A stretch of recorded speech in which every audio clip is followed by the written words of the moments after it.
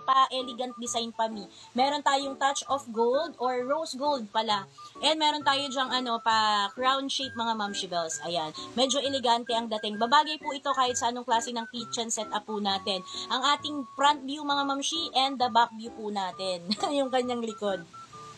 Ayan, sa atin namang pong cover, tayo po ay naka-transparent glass. So, kita po natin yung proseso ng ating pagluluto. Scalding, plastic holder tayo dito, hindi siya nakakapaso. No need na ng pot holder. May kabigatan po yung ating takip.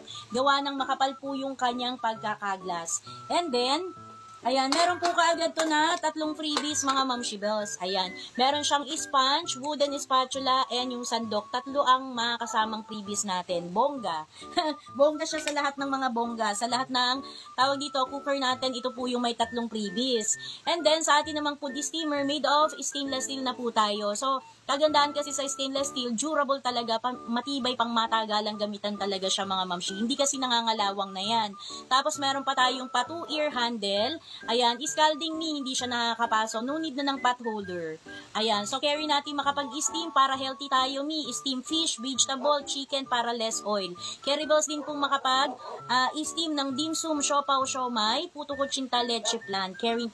Pwede din pong pang-reheat ng ating mga leftover food sa ating rep mi, yung mga naka-imbak dyan na leftover food. Ayan, kung tayo po ay may sinaing or meron tayong nilulutong ulam, carry na po natin isabay mi para ma-reheat na natin yung pagkain natin na leftover kung sakali man.